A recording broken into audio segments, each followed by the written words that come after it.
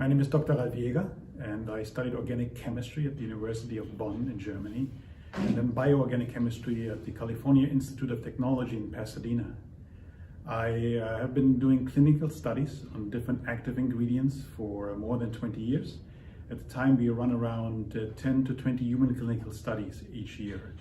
I'm a certified sports nutritionist and a fellow of the International Society of Sports Nutrition and an associated editor of the journal. We've been doing research on creatine for more than 20 years already.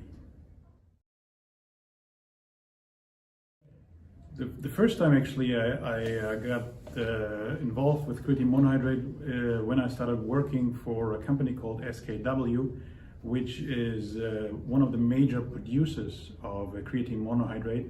The company now is called Alchem, but back then it was called SKW. So when I was hired there, I was actually hired as a research chemist with the goal to do research on creatine and try to develop new forms of creatine that are potentially better than creatine monohydrate.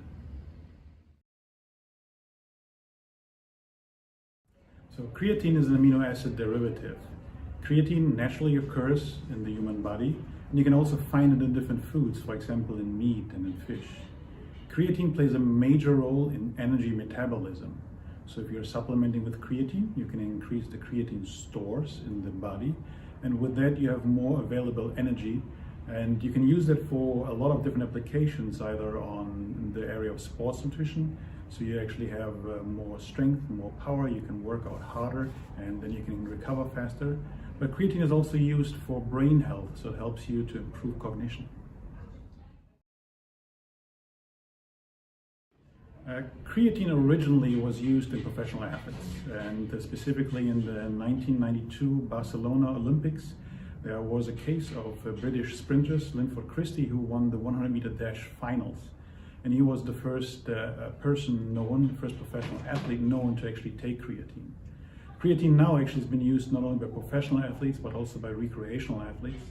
It's used by a lot of different people, not just athletes anymore. It's used by a different kind of people that try to improve their brain functions. People that are older, they're just trying to maintain the muscle mass, they're trying to maintain their strength as they get older. So the applications of creatine started out with professional athletes, but now it broadened significantly. The sweet spot for creatine is high intensity intermittent exercise. So when we are actually using energy, your body has a natural pool of energy, and that runs out between around 8 to 9 seconds.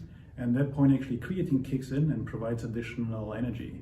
So the sweet spot for creatine from an athletic point of view is the high intensity intermittent exercise, like sprinting, the 100-meter sprint. But creatine, by now we have done so many studies on creatine that we better understand what creatine can do. Creatine can actually help us to recover from strenuous exercise. Creatine also helps us to actually get stronger and potentially to add muscle mass if it's combined with exercise. So therefore, there are a lot of different sports where creatine can be helpful. So not only bodybuilding or people that are interested in bulking up, it's actually interesting for a lot of team sports like soccer, for example, too. Creatine has a very long history of safe use. So I mentioned that it kind of debuted in the early 90s with the winning of the Olympic gold medal. Since then, a lot of different athletes have used creatine, so we have more than 20 years of experience of people using creatine. Also, the safety of creatine has been extensively studied for many, many years, and creatine is not one of the oldest and most established and most efficacious ingredient. It's also one of the safest ingredients that we have. The safety has been evaluated by the US FDA, so creatine actually has GRAS status, generally recognized as safe. And also creatine has been evaluated by the European Union, by the EFSA, for safety as well as efficacy. So yes, the safety of creatine is not only validated in clinical studies, but actually has been evaluated by different governments.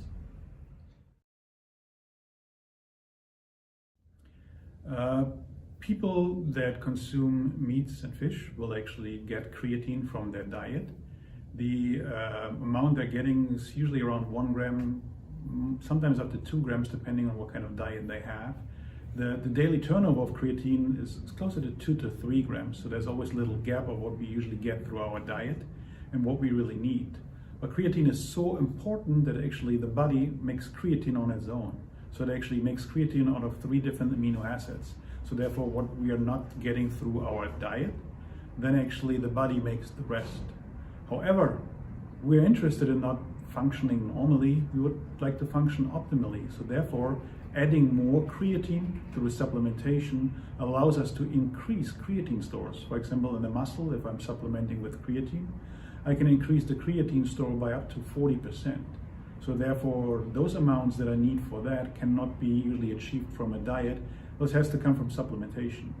And also the different diet types, a vegan or vegetarian diet, those are very, very low on creatine. So those people that follow that diet need to actually supplement with creatine because they're not getting enough through their daily diet.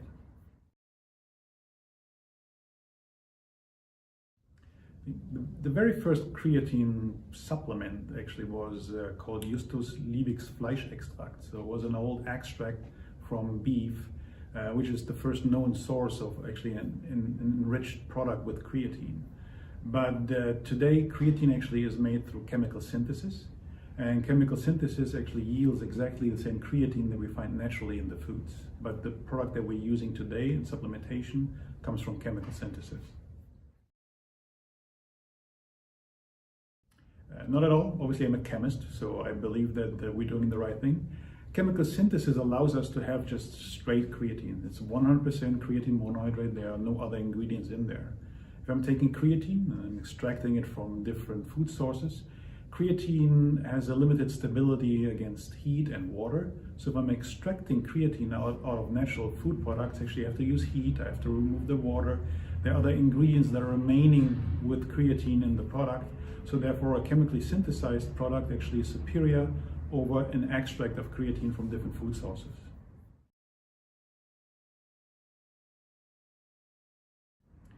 As a scientist, I always believe in using the product that actually has been studied in clinical studies, because there are always differences between different products, different quality differences. So therefore, I strongly believe and strongly always recommend to people use the product that actually has been studied, because then you know you're getting the beneficial effect. And the brand that has been studied the most by far is CreaPure. So therefore, my recommendation is always go with the brand that has been tested the most, that shows efficacy, it shows safety in all those studies. So take CreaPure.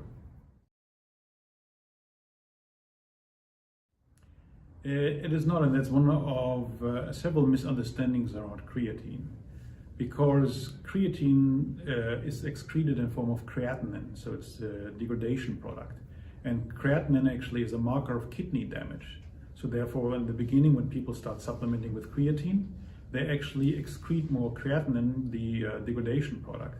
So therefore, people that weren't aware about creatine supplementation thought that this is an indicator of potentially kidney problems, because you see the increase in creatinine excretion. But creatine's effect on kidneys has been studied extensively, and there is no negative effect of creatine supplementation on kidney function.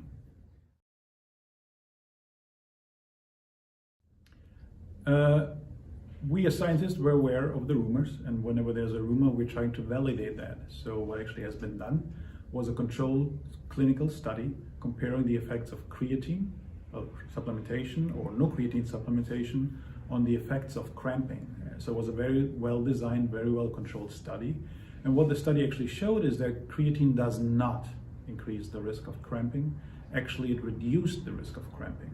And if you are considering how creatine works, creatine is actually getting incorporated into the muscle cells. And it does that through a transporter that also transports sodium into the cells. The sodium actually drags water into the cells. So therefore, a person who's taking creatine is more hydrated and therefore at a lower risk of cramping.